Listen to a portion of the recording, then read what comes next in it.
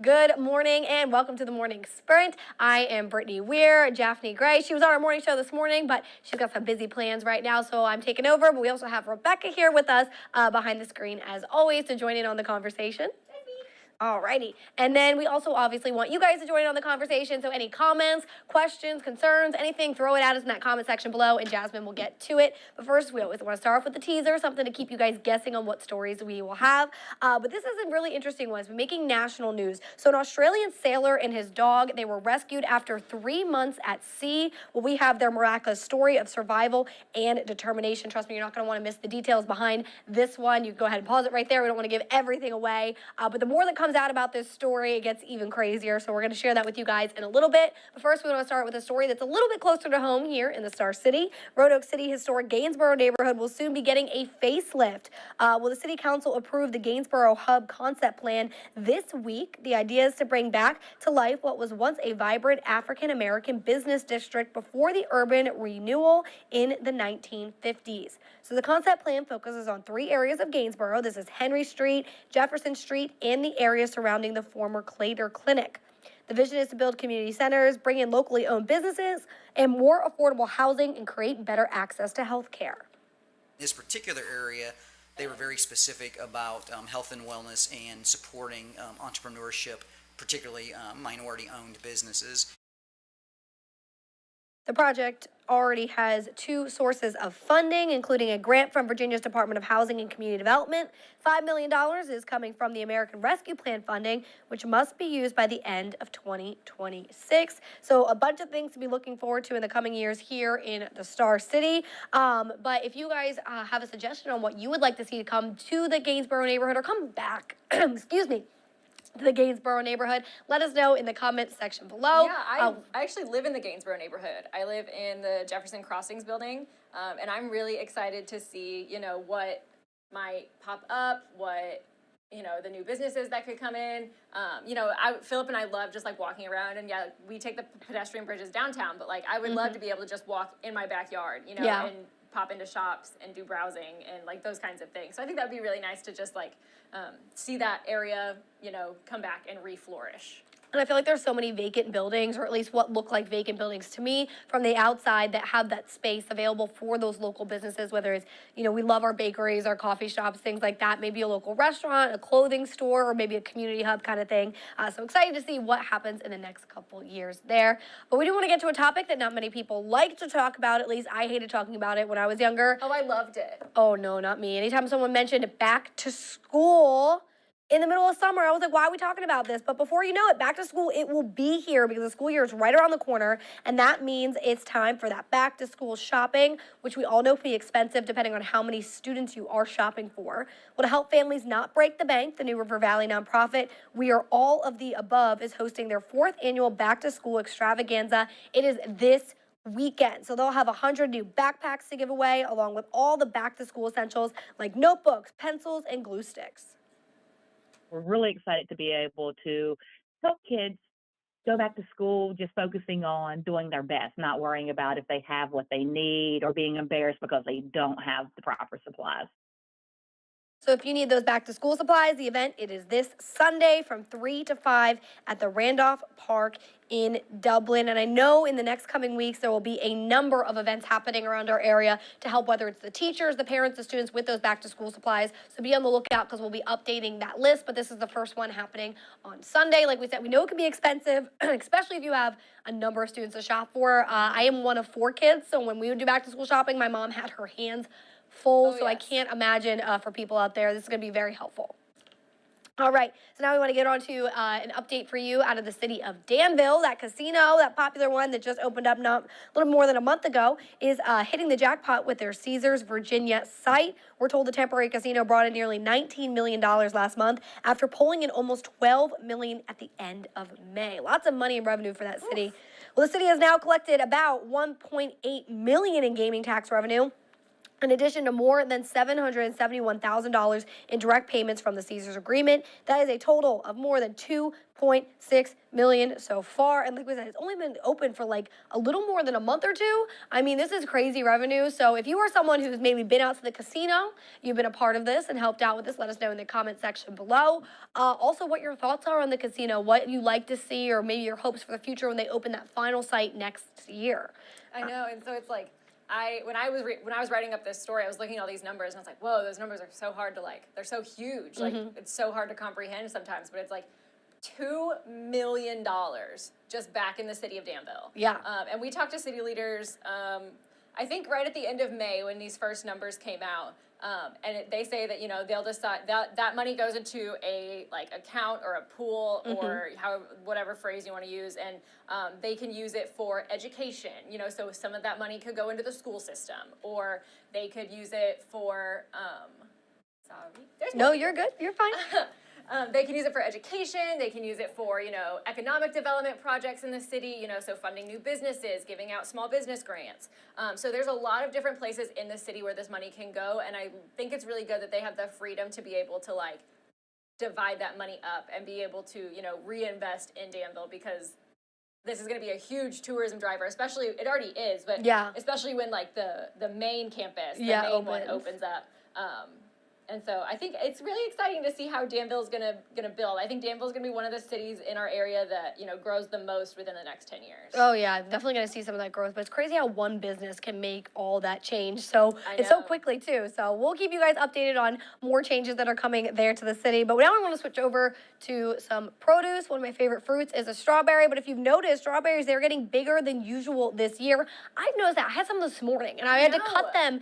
It usually just cut them in half, and I had to cut them into fours. They're just massive. But there are several reasons for the larger fruit, and it doesn't include injecting them with chemicals or anything like that. Experts at Virginia Tech say that cooler spring led to extended harvest, helping berries stay on the plant longer. So another factor also is increase in moisture, improved irrigation, and increased insect pollination. Jasia Samanti, who is a small fruit expert at Virginia Tech, says the flavor of the locally grown berries is a lot richer, a lot more fresher, relative to what you might find at the store.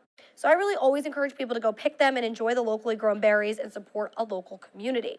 So those were her words, but a larger size means strawberries are easier to pick, which could benefit farms that are short-staffed. It also improves the fruit's overall shelf life. I am definitely someone who notices a big difference versus the store-bought strawberries versus if you go to a farmer's market or a local farm stand. I feel like the taste is just so much more different. My family, we always try to buy the locally ones if we can. I feel like it's just a much better overall taste for the fruit. I know. We love the Blacksburg Farmers Market. We love going down there. And that is a good one. Yes, there's lots of good ones around here. You can go to downtown Roanoke on a Saturday morning, or I think Salem has a really good one in there downtown. So those are the three that I've tried. I always have really good luck with fruits and vegetables. And so, yes, buy local, consume local. Yes, we love that. We love supporting that. And speaking of that weather, we had that cooler spring, but right now it's not so cool out. And if you were woken up this morning by that rain, you weren't the only one. There was some big thunderstorms here this morning. We've got meteorologist Chris Michaels for you to give you a look at kind of what the rest of the day looks like and how long those storms will continue. Hey there guys, happy Wednesday. Weather Authority alert day in effect, especially through tomorrow. Our storms today are more isolated than what we see tomorrow, but nonetheless the threat for localized flooding, especially for those of you that have seen a lot of rain over the past few days. So keep it with WSLS 10 News throughout the next couple of days. I'll see you guys first thing tomorrow morning on The Sprint.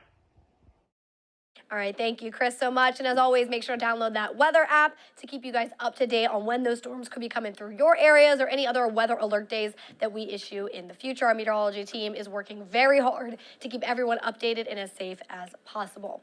But now we want to get to that story that we teased at the beginning, the incredible story of survival that caught my attention, and I just wanted to share with everybody. We were talking about this at dinner yesterday. Oh my gosh, yes, this is insane. So this man right there who's giving the hug with the red hat, this is an incredible story of survival, the miracle rescue at sea. So 51-year-old Australian man is back on land after drifting for months in the ocean. That's a picture right there. Well, a crew aboard a Mexican tuna trawler came across the sailor and his dog, whose boat became disabled after a storm. Well, disembarking with a bounce from the ship that saved him. Tim Shattuck's weary sea legs are firmly planted back on solid ground now. I'm sure he's happy about that. But again, after he was lost at sea for 3 months, the rescue sailor thanked the fishermen who threw him a lifeline and plucked him out of the ocean, spotting the bobbing some 1,300 miles off of Mexico's west coast. So he was far out there. Shattuck, who was stranded at sea with his dog Bella, was frail, worn by the weather, but determined to live when fishermen working on a tuna trailer suddenly found him. So the 51-year-old from Sydney had normal vital signs, which is miraculous that he was so healthy after being stranded for so long. But after he was eating apparently raw fish and drinking rainwater for months to survive.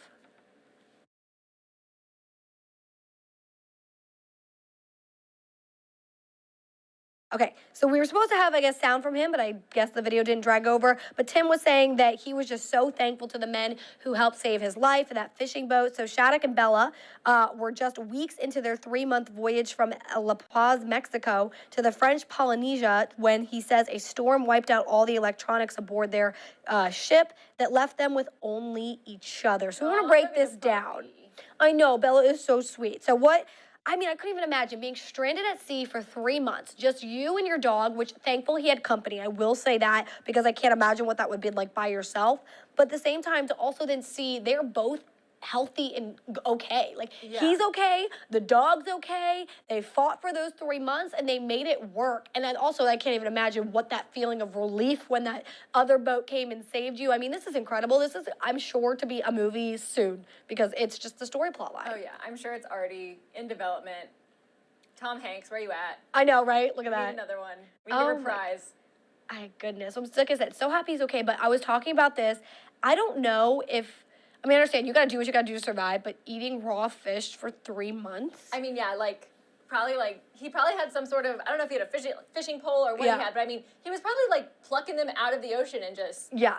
I don't know, but you got to do what you got to do. Happy to hear he's okay. Let us know your guys' thoughts on this story. We just thought it was pretty incredible and insane. We had to share it with you. But now on to another kind of crazy story I think we've kind of told you guys about before, but we want to give you a little bit of an update. So we know there's a popular hair trend coming back, and you can see it right there.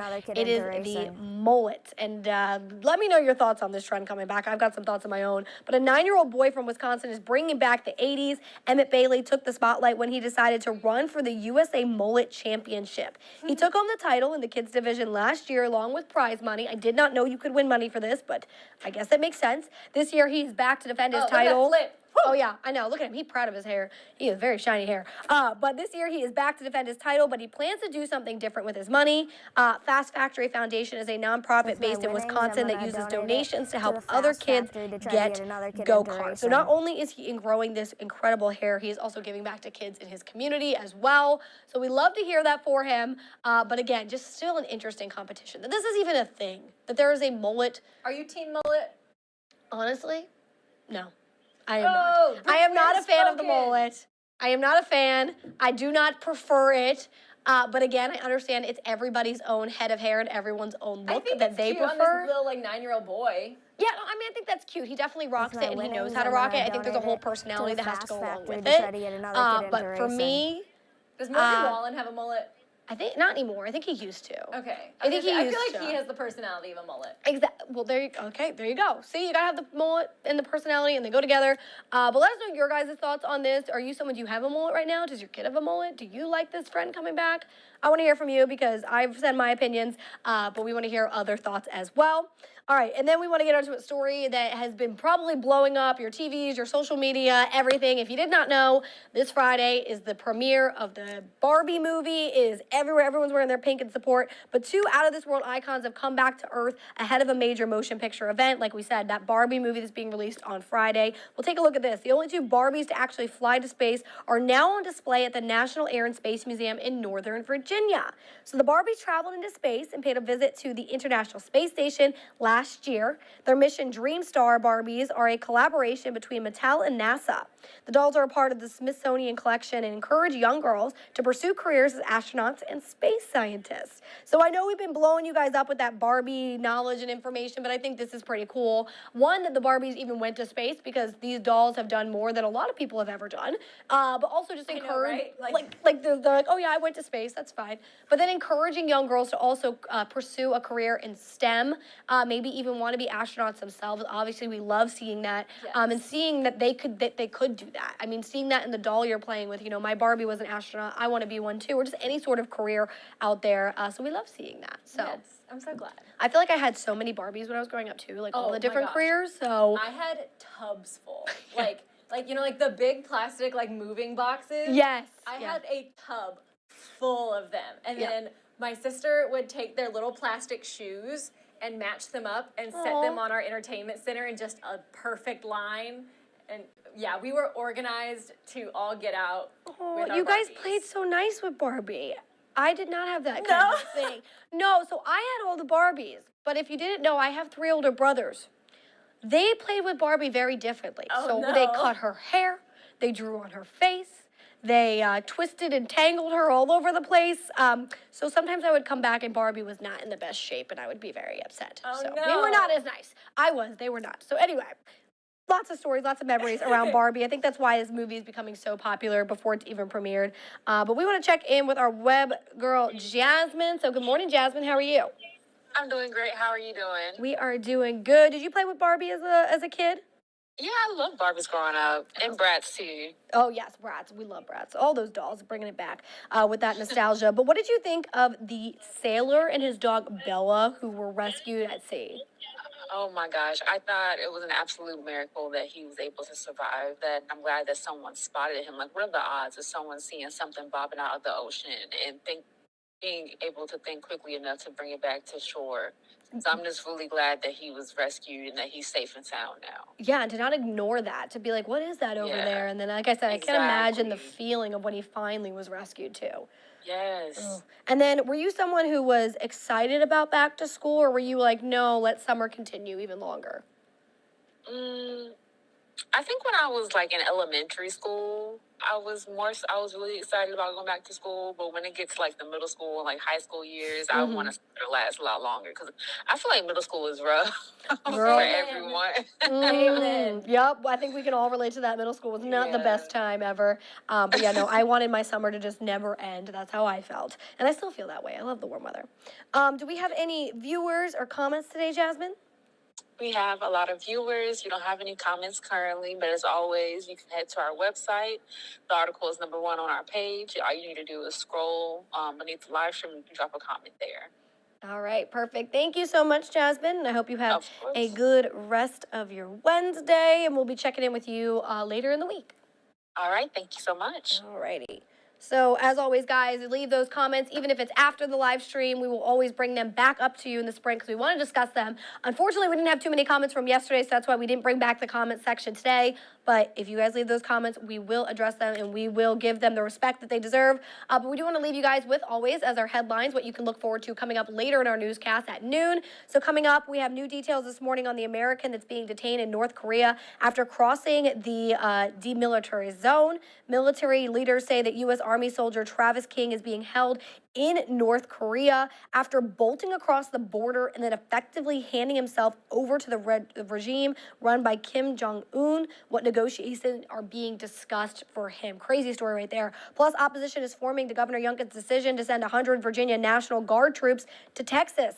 The National Guard was sent about a week ago in response to a request from Texas governor to stop the flow of drugs and human trafficking. The group's coming together to get their message to the governor and what they think about this decision, but also coming out of Youngkin's office, he's releasing new policies for upcoming school year that deal with gender-based issues and the parents' involvements in the school.